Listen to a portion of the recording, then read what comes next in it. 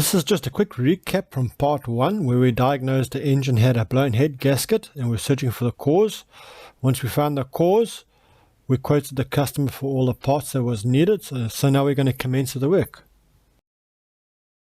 Okay, so we're going to wash the engine. On this particular model, because it's got a distributor, we've got to be a little bit careful because you want to try and avoid getting a lot of water onto the distributor, because I'm going to be using high pressure washer and some degreaser. So what we're going to do, just to prevent future problems when I actually assemble the car, or I'm going to start it just now to pull it in, just to prevent future problems, I'm going to cover up the distributor with a packet. So what I'm going to do, I'm going to unplug the plug leads like that, just tuck it to one side. I'm going to come with a packet, just a normal checkers or pick and pay packet will be fine. Unplug the coil pack out of the distributor cap, and then I'm going to put the packet over the distributor. I've got a degreaser. So what we're going to do is we're going to open this up, we're just going to squirt it all over the engine. We're going to let it stand a little bit. I've got a second bottle, I'll squirt that on and I'll spray it down with a high pressure one. So there we go. Now we get to the engine part itself. I'm not working on the body parts, I'm working on the engine parts.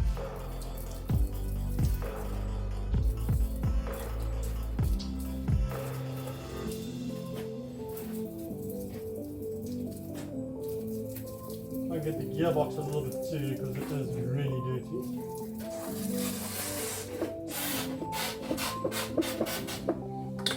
That's one bottle done.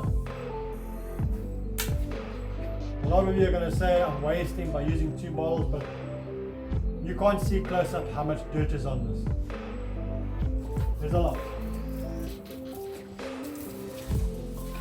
Very greasy and it's been there for quite a long time.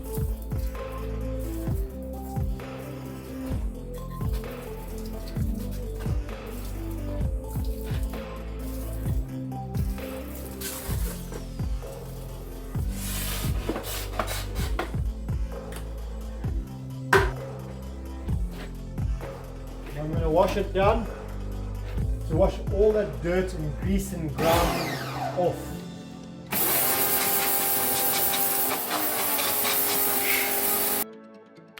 On most engines, when you're using a high pressure washer, you want to try and avoid using the high pressure washer, especially the water jet, aiming at the electrical components such as plugs, injector plugs, spark plugs, or any places like that, distributor caps, engine control modules, even fuse boxes. Any water that can get in there can cause a lot of hassles later on and can cause a bit of corrosion inside the plug or inside the engine control module, and you're not going to like that because it's going to cost you a lot of money. So always try and avoid that. If you do get water in it, use compressed air to clean it out.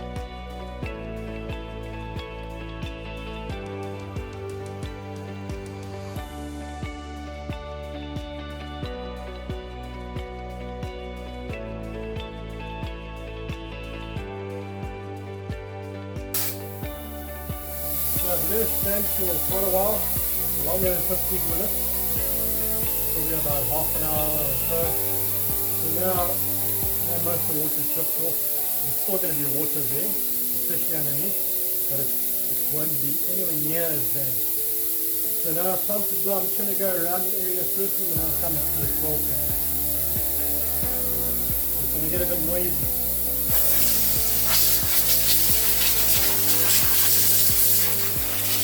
Lucky for me, the only main electrical component I really have to worry about is the distributor cap. That's why I put a packet over it. Okay, so I've blown most of the water off. Now I'm going to take the packet off of the distributor cap, off the distributor. I'm going to blow around the cap by the plug lead. I'm going to remove the cap. I'm going to blow inside the distributor just in case water got inside.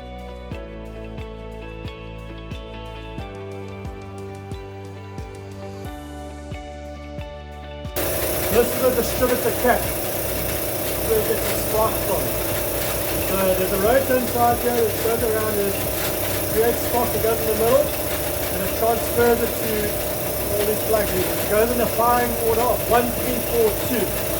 1342, meaning the cylinders 1, 3, 4, 2. 1 being here.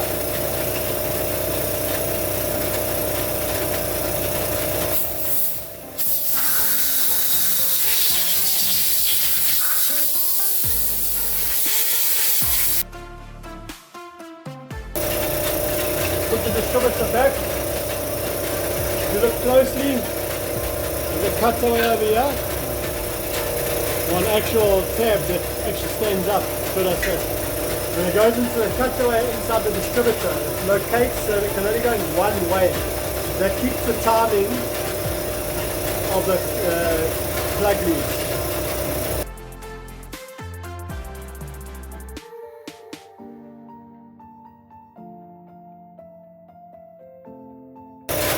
Reset the timing to 1342. That's not correct. The battery is a little bit flat, so I'm just going to jump start it. And I'm going to bring it inside. So red first. Red. Plus on the battery. Connect it. Black. Minus on the battery. Connect it. And now it should start.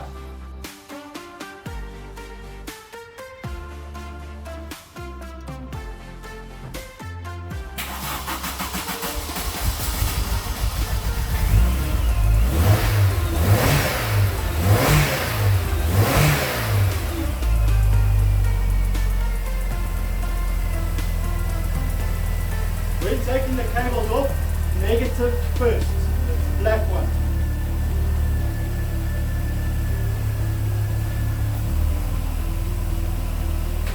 Black, off.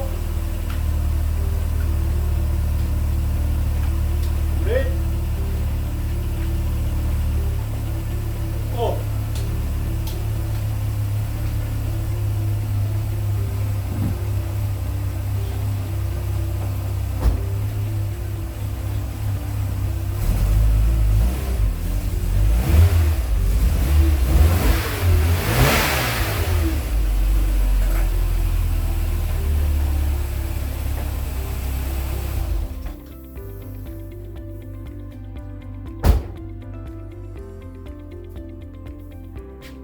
And the car's in.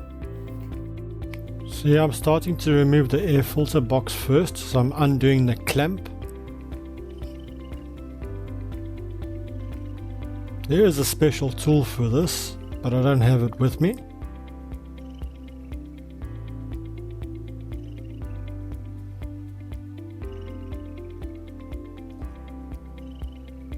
So the air filter box is removed. I'm keeping everything together that nothing gets lost. I'm removing the breather pipe now. Here is the hole I was talking about on the previous video where I could stick my finger in. You can actually see it. Okay, I have ordered a new pipe. It is on order, it hasn't arrived yet, so we're waiting for that. This is a definite must get changed. So I'm going to pull the tensioner here. I'm going to remove the belt. There, the belt is off. And I'm going to release the tensioner. Here's the belt here. I'm going to loosen this bolt. So there's one here on that side, one here, and one here. Now there's an adjuster on here. That is an adjuster. So when you turn it, it loosens off or tightens depending on which way you turn it. So that's a size 13. They should all be size 13. So we're going to get those loose and we're going to de-adjust it. Okay, so this one here is a 16. Loosen that one off. Okay, that one's done. And we just need to de-adjust this so that it goes that way. If you see here, there's teeth. So when you adjust it, you turn it that way so that it pulls the actual power steering pump away so that it goes loose. I turn it, you can see readjust, but some of the teeth are a little bit stripped. It's obviously been forced a bit previously. You can see how it's readjusted, see how loose it is now. Now you can remove the belt, and remove this belt. We're going to loosen those 4 Allen key bolts. 1, 2, 3, 4. So we're not loosening the center one, we're loosening the outside ones, size number 6. Now usually we would use like an impact gun, but if you catch it just right with a bit of practice, you get to do this one. A lot of hassle, so it's a lot easier doing it that way. Okay, so 1, 2 pulleys off. Now you can see the inside crankshaft. Okay, I've removed the radiator pipe so we can drain the coolant. It is this pipe here.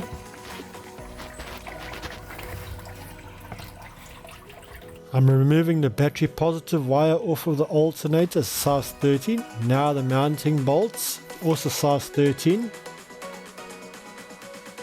Comes off fairly easy. Keep the bolts together with the alternator so it doesn't get lost.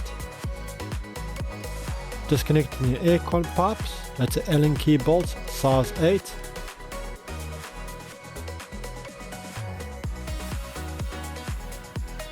Disconnecting the aircon. Now the mounting bolt is out. Now the bottom one. These are size 13s. Just lever it out a little bit and it comes straight out, no problems. Keep the bolts with it so it doesn't get lost. Next I'm disconnecting the actual tensioner housing. This bracket holds the alternator and the aircon pump, as well as it acts as a tensioner.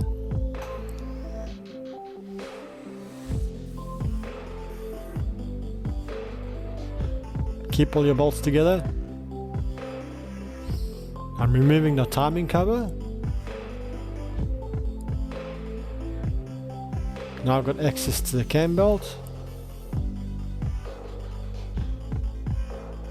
I'm removing the bottom timing cover. Keep all the bolts together. Okay, I've made a small discovery, another thing that's wrong for the timing side. This is the plug I was telling you about. Now inside there's supposed to be a cut here. Now there's a little pin here that faces down. Let me see if I can, there you can see up there the little V that faces down. Now here there's supposed to be a cut on the flywheel. It's in the wrong position, which means the flywheel was installed incorrectly. But I've timed it up manually. Piston at the top, perfectly TDC. Camshaft, the front mark is facing dead up. There's another mark over there, it's in line with the head, which means that's correct. And the rotor is pretty much where I expect it to be, which is where the number 1 firing point is on the cap. So I know that is correct, which means this flywheel was put on wrong. So for me to get the timing right when I assemble, I'm going to have to mark the flywheel exactly where it is now. So I'm going to do that quickly. Okay, I've made my marks. You can see that is dead straight there. I've made my mark there. I've made my mark there. And then I don't, because these are correct already. Now I'm removing the cam belt tensioner so I can remove the cam belt.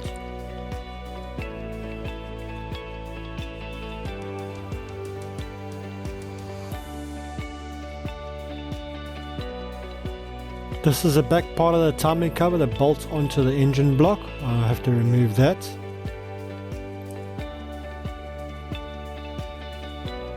That's out. Keep all your bolts together.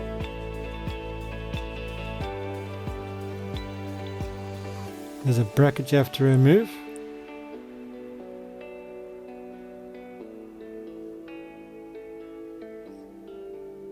Now I'm disconnecting the hoses.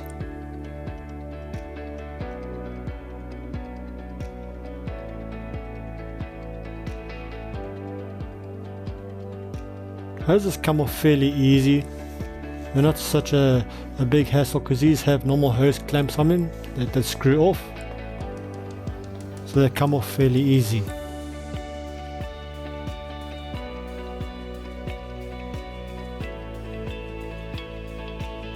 One's got a bit of corrosion in it, but it can be cleaned up.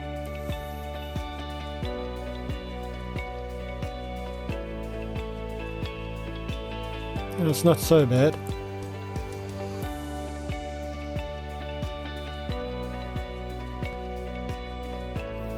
This sensor here, what is it for? What is the purpose? It's doing nothing. It's standing out in the open. Is it an ambient temp sensor? What is it? If anybody knows what that sensor is actually for, please leave a comment. This is the pipe with the kink that's caused most of the problems. Now we're disconnecting the vacuum hose, the manifold air pressure sensor, the injector wiring.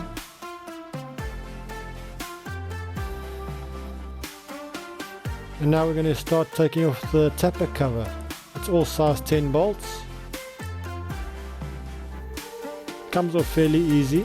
Once you get all the nuts out, there's like these little brackets that goes around them, just supporting brackets to help press it down so you get proper sealing. Those are the brackets there. To pop the tapper cover off, just use a screwdriver. It comes off fairly easy. And then the splash plate, that is now the camshaft.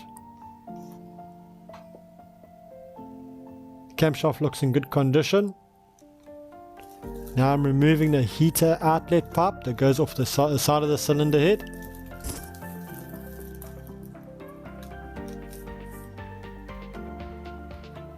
Comes off fairly easy, some size 10 nuts. Not a big hassle on that.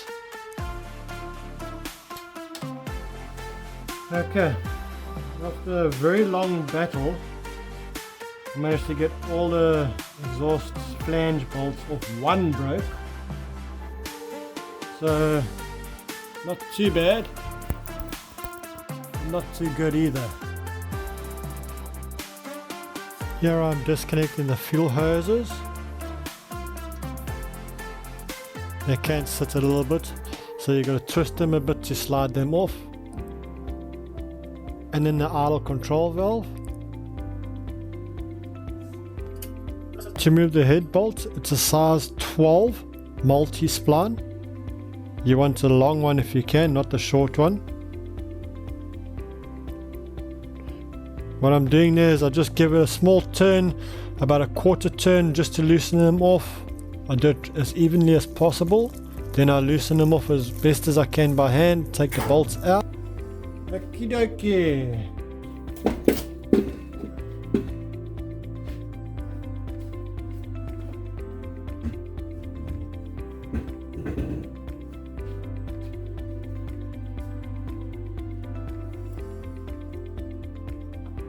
That's a head gasket. Give me a cloth, please. Cloth.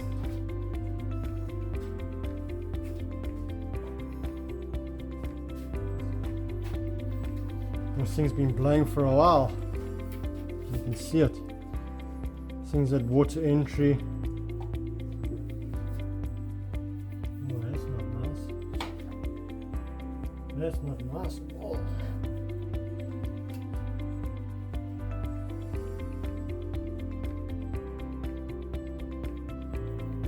That piston's a little bit damaged. It's got a bit of scoring from the overheating. There we go. This is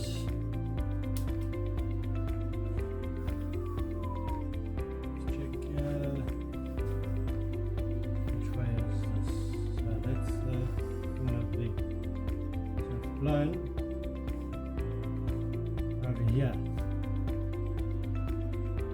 don't know if you can see on the camera, you can see that dark spot there, you can see a dark spot there, dark spot there, dark spot there, dark spot there, dark spot there. Also a dark spot there. Dark spot there. And that's not too bad, I'm not too worried about that. This is all good. But here it's blown, blown, blown, all the way here. Blown. So this cylinder head is pretty warped, especially close to number 4 side.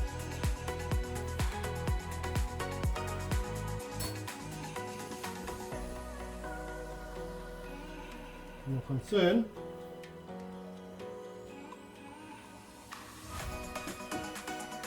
Number 2 ball. An aluminium pickup on the sleeve. Let's see if I can get a closer look for you. Okay, so you can see that pretty clearly. This is from the overheating. It's aluminium pickup. So parts of the piston melted a little bit and got stuck on the sleeve. Number 2 cylinder. That's pretty bad. Given the car was running actually fairly well. Okay, I managed to remove the inlet manifold, but now I've made a new discovery. That one's missing. The exhaust. That one's broken. How lovely. And that's the end of part 2. Part 3 will be coming out very soon. Keep an eye out for it.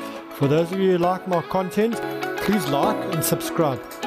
We need as many subscribers as possible.